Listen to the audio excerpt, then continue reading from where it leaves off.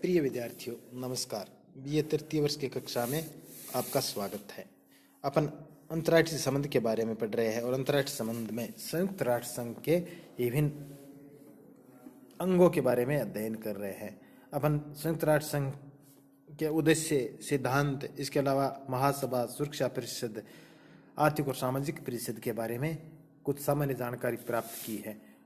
आज अपन अंतर्राष्ट्रीय न्यायालय के बारे में जानकारी प्राप्त करेंगे, जो संयुक्त राष्ट्र संघ का एक महत्वपूर्ण अंग है। अंतर्राष्ट्रीय न्यायालय संयुक्त राष्ट्र संघ की प्रमुख कानूनी संस्था है। अंतर्राष्ट्रीय न्यायालय की स्थापना हेग में 3 अप्रैल 1946 को की गई थी। यानी इनका मुख्यालय हेग में है और इनकी स्थापना अप्रैल 1946 में हुई थी। न्यायालय का गठन। अंतर्राष्ट्रीय न्यायालय के जजों यानी न्यायाधीशों की संख्या 15 रखी गई है। ये न्यायाधीश अपने में से ही एक को सभापति और एक को उपसभापति 3 वर्ष के लिए चुनती है। यानी 15 न्यायाधीश होती है और इन 15 न्यायाधीशों में से आपस में अपने में से ही एक उनका सभापति होता है, एक उपसभापति होते हैं, जिनका कार्यकाल 3 वर्ष का होता है। न्यायाधीशों का चुनाव सुरक्षा परिषद महासभा द्वारा 9 वर्ष के लिए किया जाता है। इनका पुनर्निर्वाचन भी हो सकता है। यानी न्यायाधीश जो 15 न्यायाधीश है वो बनाए जाते हैं, वो सुरक्षा परिषद और महासभा दोनों उनको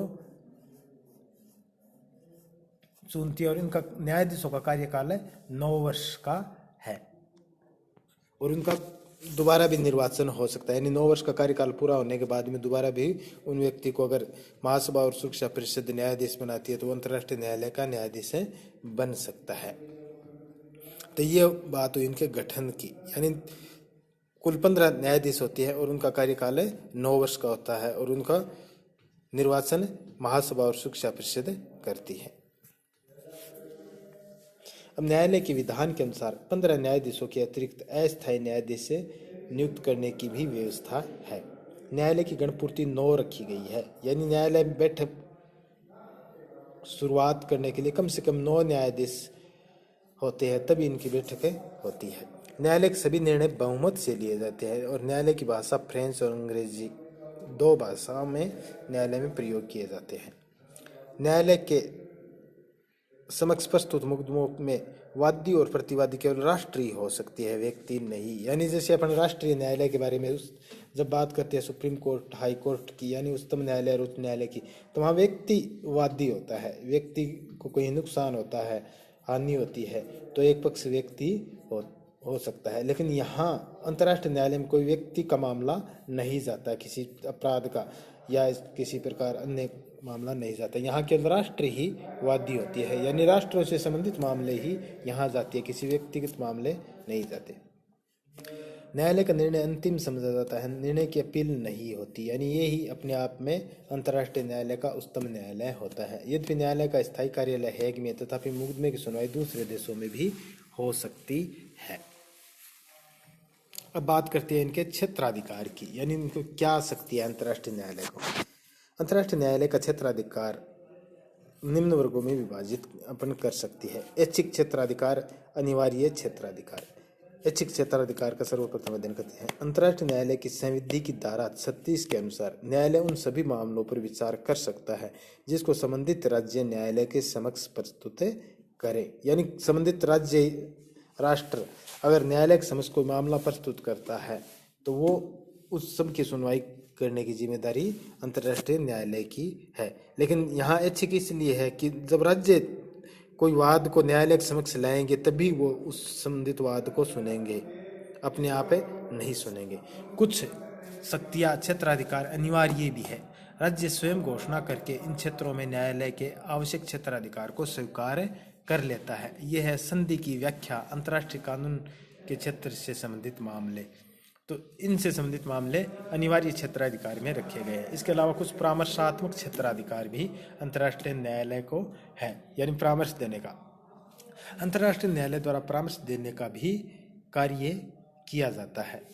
महासभा अथवा सुरक्षा परिषद किसी भी कानूनी प्रश्न पर अंतर्राष्ट्रीय न्यायालय का परामर्श मांग सकती है।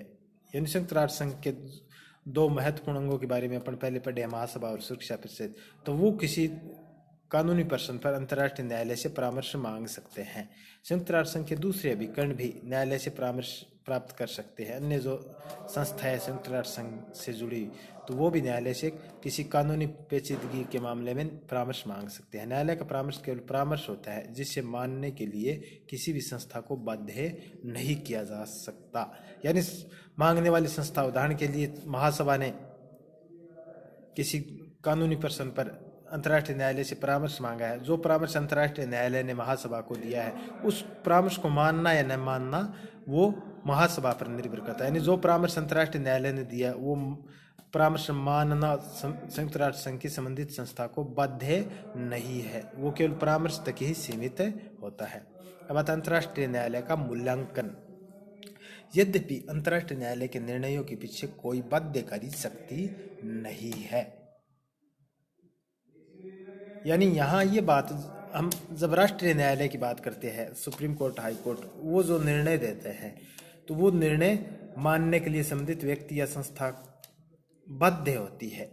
ये जरूर है कि वो उस न्यायालय के निर्णय को उच्चतम न्यायालय में अपील कर सकती है, लेकिन निर्णय को नकार नहीं सकती, वो निर्णय बाध्यकारी होती है। लेकिन अंतर्राष्ट्रीय न्यायालय जो निर्णय देती है विभिन्न राष्ट्रों को वाद से संबंधित, वो निर्णय बाध्यकारी नहीं होते। राष्ट्र कई बार ऐसे मामले संयुक्त राष्ट्र संघ के बनने के बाद में आए हैं कि न्यायालय ने निर्णय दिया और राष्ट्र ने, संबंधित राष्ट्र ने जो वाद था उन्होंने मानने से इनकार कर दिया।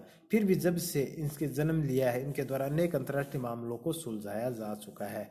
MC छागला के अनुसार यह न्यायालय संयुक्त राष्ट्र संघ का एक महत्वपूर्ण न्यायालय है, यद्यपि इसके पास वे शक्तियां नहीं है जो वास्तव में प्राप्त होनी चाहिए। यानी उनके पास ऐसी बाध्यकारी शक्ति नहीं है कि जो निर्णय दिया वो किसी राष्ट्र से जबरदस्ती मनवा सके।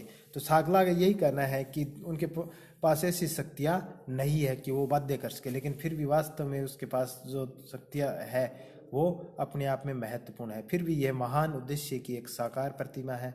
न्यायालय के कार्य संचालन में विभिन्न देशों तथा गुटों ने बाधा डाली है, जिसके कारण वह अधिक उपयोगी तथा शक्तिशाली संस्था नहीं बन सका है। यानी बड़ी बड़ी महाशक्तियां हैं जो दूसरे महायुद्ध के बाद में पनपी, संयुक्त राज्य अमेरिका है, सोवियत संघ है, तो उन्होंने कई बार अंतर्राष्ट्रीय न्यायालय के निर्णय की धज्जियां भी उड़ाई है। इसलिए इस संस्था को जो महत्व मिलना चाहिए था, जो शक्तियां होनी चाहिए थी, वो संस्था नहीं बन सकी।